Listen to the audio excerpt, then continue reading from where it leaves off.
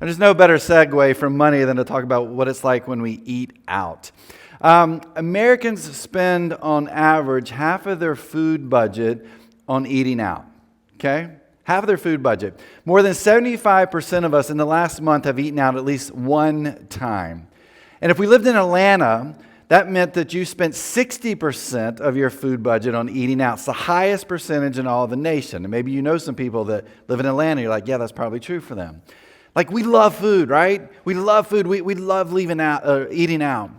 A couple of months ago, we were in a series and to share with you the top 5 menu items that we love to eat when we go eat out, specifically at a fast food restaurant.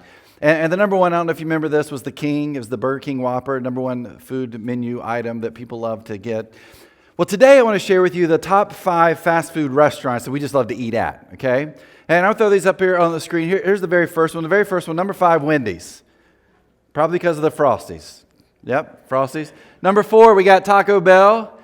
Yeah, chalupas. Do they even make those anymore? I don't even know if they make those. I've never even had one. Number 3, Jesus Chicken, Chick-fil-A. Yeah, there you go. Number 2, which shouldn't be up here, but I don't know why it is, we got Starbucks. We're all like, what? That's not fast. I guess it's considered fast food. Starbucks, you got to get that caramel macchiato, right? The number 1 is... Oh, you guys are good.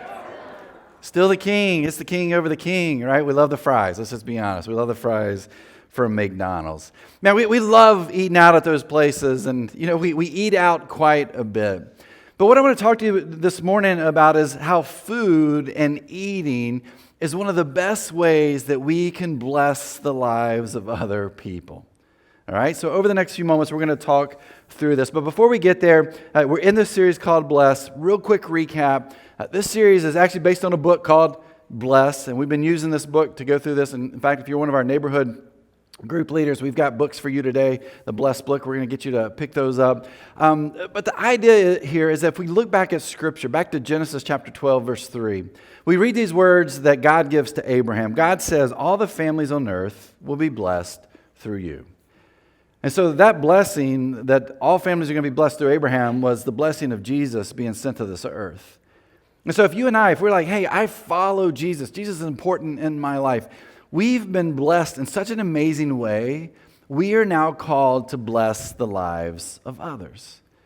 And so in this series, we've been talking about how do we bless people. We've been using that bless word to do that. And so we talked about being in prayer, about praying for these divine moments where we can have people in our life that we can have this opportunity to bless.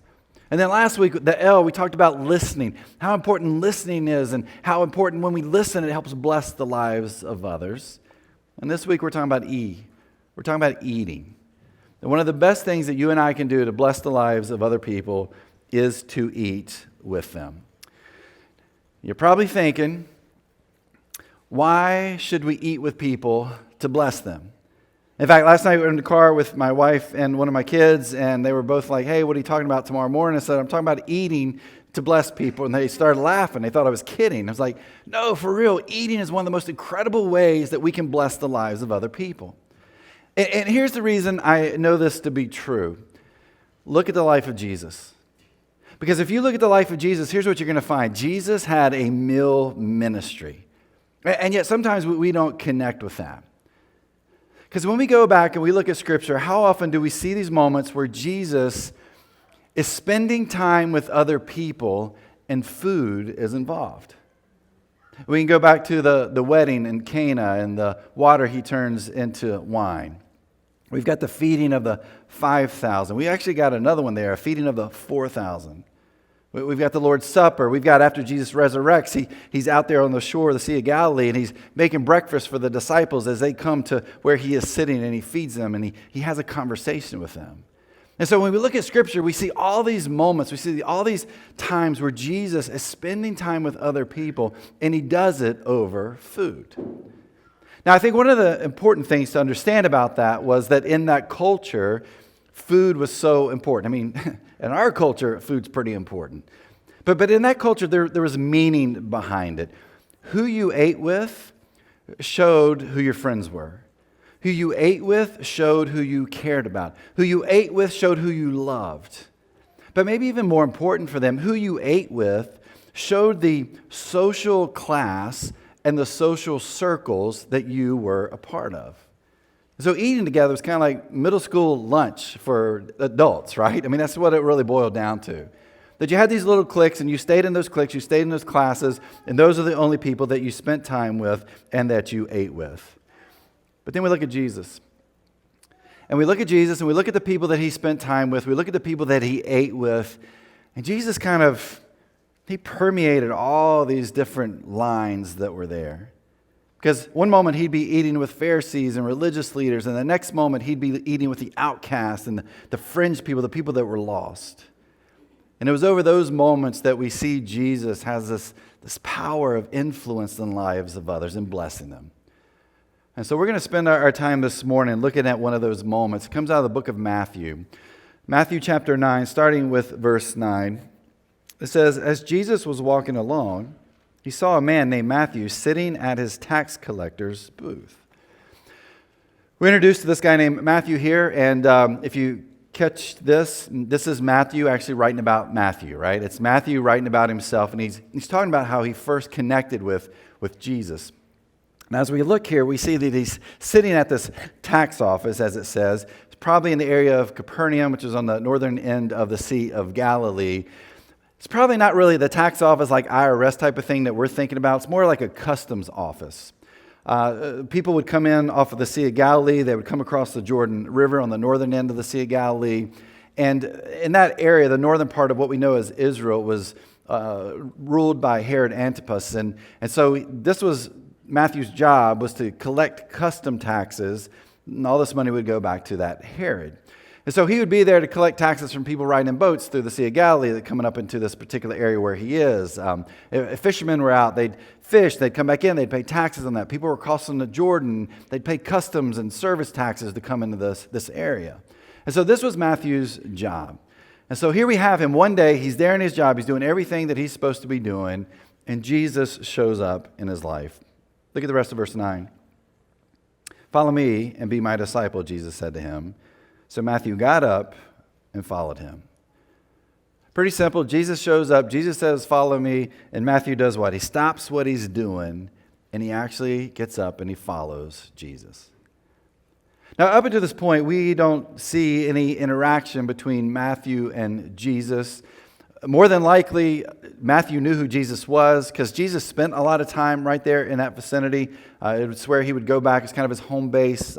He'd rest, relax, spend time with family and friends. And so Matthew had probably seen Jesus, probably heard Jesus.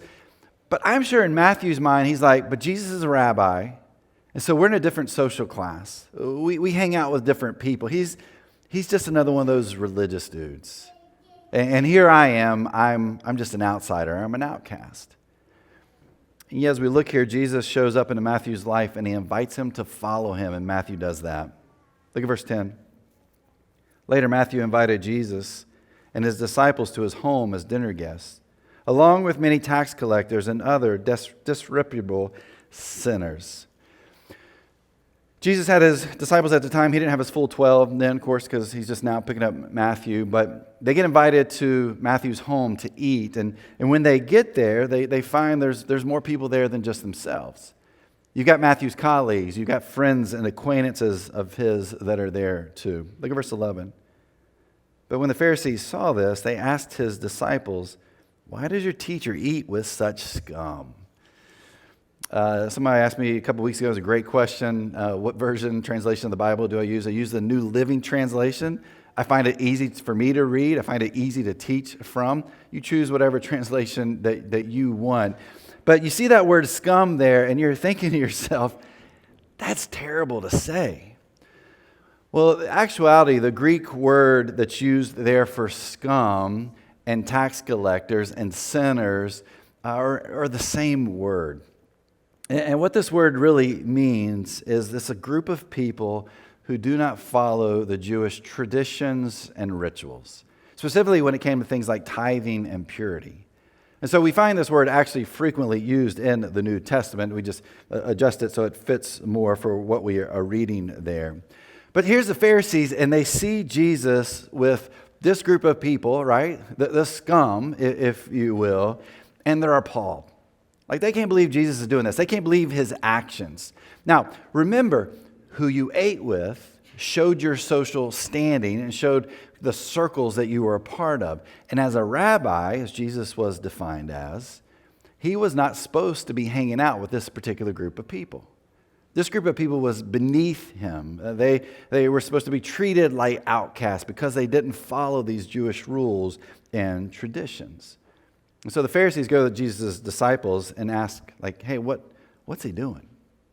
Look at verse 12. When Jesus heard this, he said, healthy people don't need a doctor, sick people do. And that culture, in the Jewish tradition, faith, and I think probably even their theology, if you were sick, if you were diseased, if something wasn't quite right with you, it was because of sin. And that was either because of the sin that you had committed or someone in your family had committed, and you were the one that was paying the price for this particular sin. And so this idea really permeated all of the Jewish lives and thoughts, beliefs, and their traditions. So here's Jesus who jumps in, and he uses this idea, and he really just turns it around. And he says, hey, the people that are truly sick are those that are far from God. And I'm here to heal them. Because when you're healthy, you don't go see the doctor. You go to the doctor when you are sick. Jesus says, that's what I'm here to do. I'm here to heal those that are sick. I'm here to heal those that are far from God. Look at verse 13. And then he added, now go and learn the meaning of this scripture. I want you to show mercy, not offer sacrifices. For I have come to call not those who think they are righteous, but those who know they are sinners. For the Pharisees, they chose their religious rituals over loving people. And Jesus comes into the picture and says, no. Loving people is more important than your religious rituals.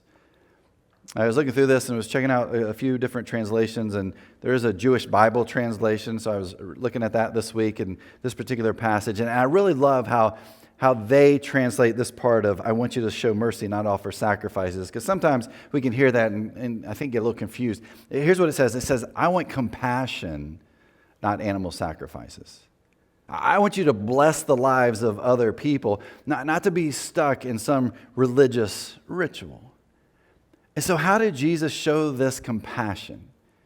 Pretty simply, he ate with people. And what does this eating with people have to do with anything? Well, here's what Jesus did by doing that. He's breaking down walls.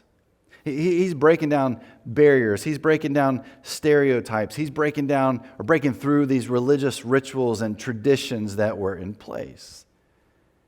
He's like, you show compassion to people and you bless them.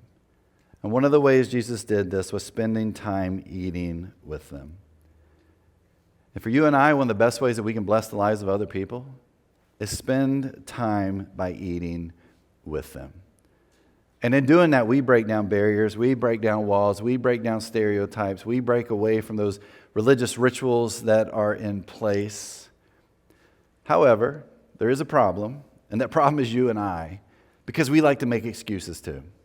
We like to make excuses for reasons why we can't eat with people. And so let me share a few of these with you, some excuses that maybe you use and maybe excuses I have used and maybe still use. Let me share with you 4 don'ts, okay? Because this is kind of the way that we look at this when it comes to eating with people. These are the excuses we make. Here's the first one. Don't number 1. I don't want people in my house. There are various reasons for this, that we make excuses of why we don't want people in our house. Maybe you're like, I don't want to clean my house. My house is too small. Maybe it's the location, the way it looks. Well, let me share something with you. To eat with people, you don't have to go to a house. You can actually go out to eat. And we talked about that a little bit earlier, right? We spend half of our budget going out to eat. Raise that number from 50% to like 51% or 52%. And invite somebody to go out to eat with you. It's pretty simple. Or invite them to go to the park or museum, or meet them outside here, out at the playground, on the picnic table, eat out here, whatever it may be. You don't have to eat in your house. You can invite people to other places to eat. Or here's a better idea. Invite yourself over to their house to eat, all right? That probably is a little creepy, so maybe wait until you've built some rapport there, but you're like, man, your grilling smells great. Why don't you invite me over? I always smell your chicken curry. Why don't you let me come over and eat that? I mean, you walk through your neighborhood and you're like, man, I want to go to their house and their house and their house because they're making some amazing food. Just invite yourself over. We can't use this as an excuse that we don't want people in our house. Well, you don't have to meet them in your house. Meet them somewhere else. Here's another don't. Don't number 2. I don't know what to say. Thankfully, last week, we had a message that was talking about listening to people. And in that, we gave you 4 areas that you can talk to people about. You can ask questions about their history. Where are they from? What do they do? What is their growing up like where they grew? What's their hometown? We talked about their habits. What are the things they like to do? Hobbies, activities. We talked about their heart. What are they passionate about? And we talked about their hurts. What are the things they're struggling with? What tensions do they have in their life? You know, those are 4 areas that you can ask questions about. And so we can talk forever. Somebody can talk to you forever about that. But we can't use I don't know what to say as an excuse, because I gave you some tidbits on that last week. But don't number 3, I don't have time. This is probably our number 1 excuse. I don't have time. And I would tell you that you do. And here's how I know. I can look around this room right now and I can tell that most of us in here have not missed any meals, okay? Some of you think that's negative. I just mean we all look healthy. That's what I'm talking about. But think about this, okay? Stay with me. Don't get mad yet.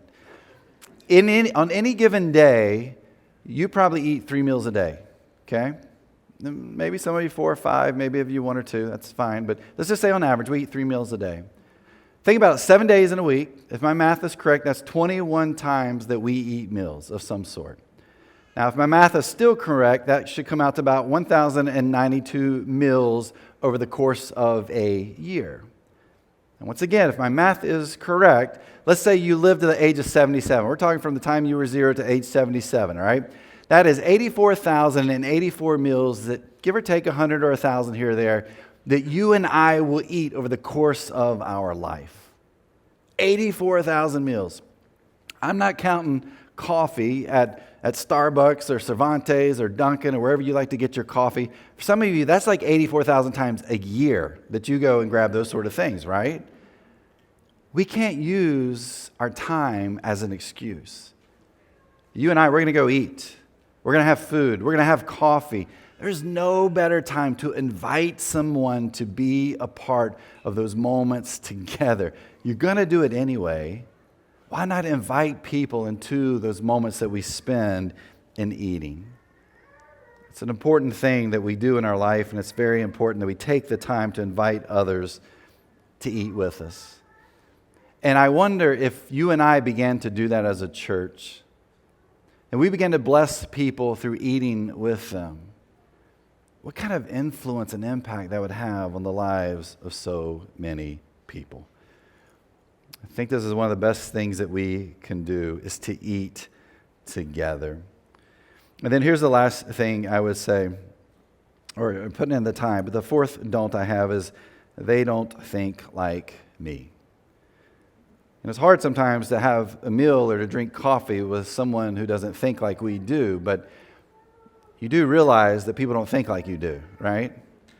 Now, usually what you do if they don't think like you, you call them a Democrat or you call them a Republican, because none of us, we don't think alike. We don't think alike when it comes to politics or COVID or masks or vaccines or theology. We don't think alike when it comes to something like shiplap in our homes. We don't think alike about these things, do we? But we eat. And you know what? I can't imagine a better time to interact with someone who thinks differently than us than over a meal. Yet in our minds, we're like, we're going to fight. We're going to get angry at each other. Did you know you can have a conversation and not get mad? Most people don't realize that anymore. We can be different. We can think differently and not hate each other and want to kill each other at the end of that time together. And that's why I think food is so important. It gives us an opportunity to talk to people who are different than us, who think differently. We can break down those walls and we can break down those barriers. Here's the deal. You're not looking to get in a fight with them. You're actually not even looking to change them. You're looking to bless them. So what would it look like if we began to take the time to spend with others who don't think like we think and eat a meal together or have coffee together? And you know the reason we do this? Because we've been blessed. And we're called to bless the lives of others. Now we get to add a ton more excuses here, by the way. We could keep going here, but those are 4 I think that are pretty prominent. But those excuses keep us from blessing the lives of other people. And so why not invite people into our lives so that we can follow in the footsteps of Jesus and bless them too. I love what Daniel Homan wrote in his book, Radical Hospitality, Benedict's Way of Love. He wrote these words. He says, "The table is the place where you connect and belong. It is a place where the past remains alive and the memory of the very old and the future sparkles with possibility. It is enchanted. We lean close together. We share a glass. We tell a story. Through this simple human relating, the universe feels as though it is right again." I want you to think about the meals that you've had in your life that have changed you, that have influenced you in such a way that have blessed you. And sometimes we don't really think back, but so much has happened in our life where we become a different person, where something changes about our status or who we are, or just our life in general, our soul. It happens in a conversation. Like you're friends with that person, you're best friends with them, maybe because of a time that you had coffee together. Or the person you're married to, if you're married, it probably happened on the first date, and so often those first dates, you eat together, and you're there in that meal, and you're like, I think this is the one.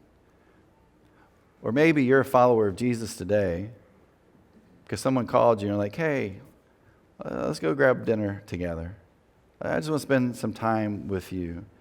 And you thought differently than they did, and you don't want anything to do with it, but you're like, you know what, they're going to invest, they're going to pay for it. Sure, I'll go. And in that, they influenced your life in such an amazing way that you now follow Jesus because of that conversation over food. I think sometimes we forget about the power of eating together. But then I think about the life of Jesus, and I think about what we just read here from Homan, and I begin to wonder, maybe God created us to eat, not to nourish our bodies, but to nourish our souls. Maybe that's why we were created to eat. That it had nothing to do with nourishing our bodies, and that's important, but it was all about nourishing our souls. That through the simple act of eating, it brings us together with others. As Homan says here, a table where we connect and can belong. Because over food, we learn so much from others.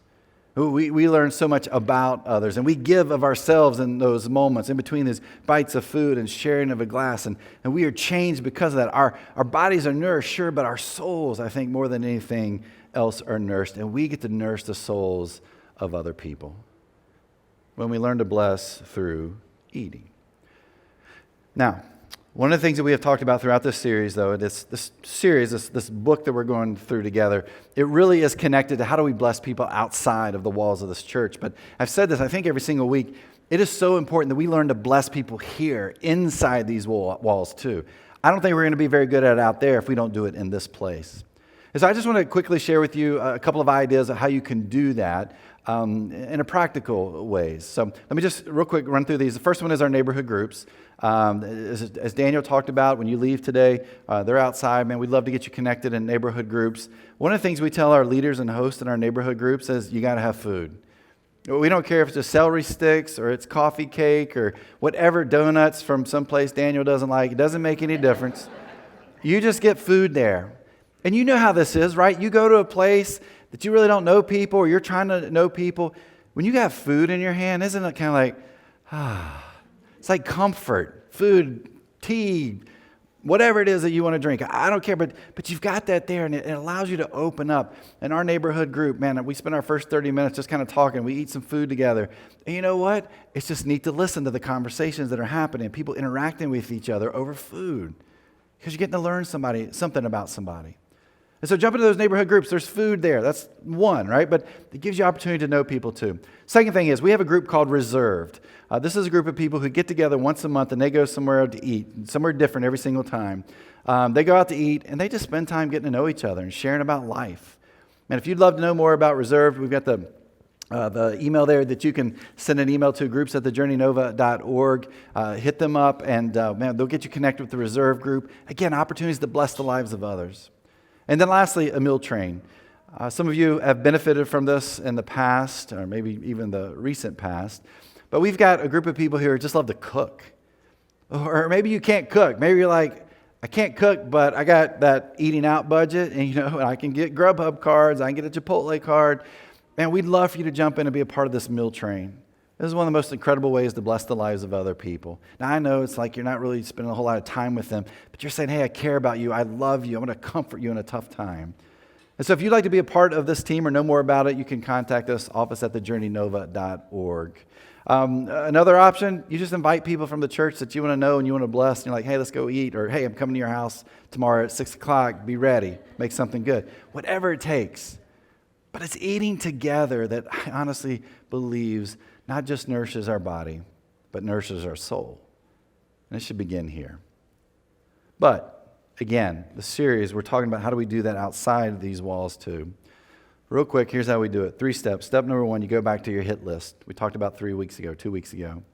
You wrote down some names, people you feel like God's nudging you to bless. You've been praying over those names. You've been praying for those divine moments, appointments, to see them and to meet with them, to connect with them. If you've been praying about that, then you should start feeling something towards that. The Spirit of God should be moving in you in incredible ways. But you really move to step 2, which is you invite them to eat. It's pretty simple. You invite them to eat. Maybe dinner, coffee, lunch, breakfast, something with food. And you just invite yourself again to their house. You invite yourself to be a part of their life so that you can bless them. Which then leads us to number 3, which goes back to last week. Step number 3 is you listen. That you listen, you ask questions. You're not pouring out your whole story to them right now. We're talking about that in a couple of weeks, but you're just there to listen and ask questions and know more about them. To see what's happening in their life, to see how you can be in prayer for them, to find out those hurts so you can support them. And as we talked about last week, jump in as needed in physical ways to give them what they need in those tough times. And you never know in those opportunities where you're eating with them, while your body's being nourished, maybe their soul's being nourished too. And God's going to move in incredible ways in their lives, and they're going to get to know Jesus because of you. Because you took the time to eat with them and to spend with them. We can bless people through the power of food. But we can't let those limitations be there. One of my favorite verses in Scripture is Luke chapter 7, verse 34. It says, this is from Jesus, the Son of Man, on the other hand, feasts and drinks, and you say, he's a glutton and a drunkard and a friend of tax collectors and other sinners. Religious leaders, the people in that society, they looked at Jesus and they looked at the people he hung out with, and they said, well, if Jesus is hanging out with those people, then he must just be like them. Then he must be a glutton, and he must be a drunkard, and he must be, if we go back to the other word, he must be scum just like them. They labeled Jesus this. As I read those words, I think my prayer for us is, may you and I be labeled gluttons and drunkards and friends of traitors and friends of outcasts, friends of the lost, friends of sinners. And not because of our actions, of course, but because of the people we are eating with. Jesus used food as an opportunity to spend time and to influence and bless the lives of so many people. And we see this over and over again in Scripture. Maybe you and I need to learn how we can bless the lives of others through food ourselves. Who is it this week that you need to begin to bless through the power of food?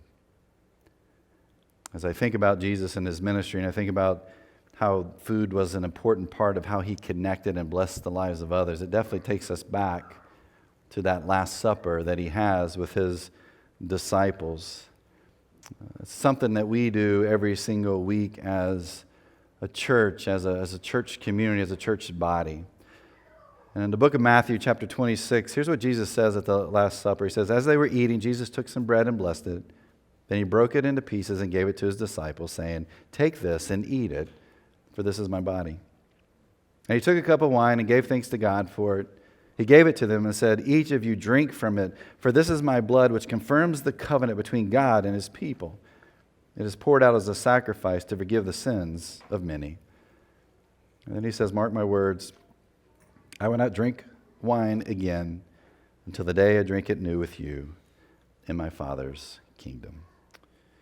Jesus uses a meal to remind us, even to this day, that you and I are blessed. And we do this through this act of communion. But I want you to look at those last words there. He says, "Mark my words, I will not drink wine again until the day I drink it new with you in my Father's kingdom." It's not really Jesus' last meal right there with these disciples, is it? Jesus is like, hey, there's a meal to come. And it's going to come in the future. And I can't wait to spend it, not just with you, but with other people. And could it be that you and I, taking the time to bless people through food, and eating together and breaking down those barriers, we are reminded that we're blessed and we get to take part in this meal. But there are going to be people that you and I get to influence and bless that will be at that meal too. I don't know about you. I'm looking forward to eating on that day together.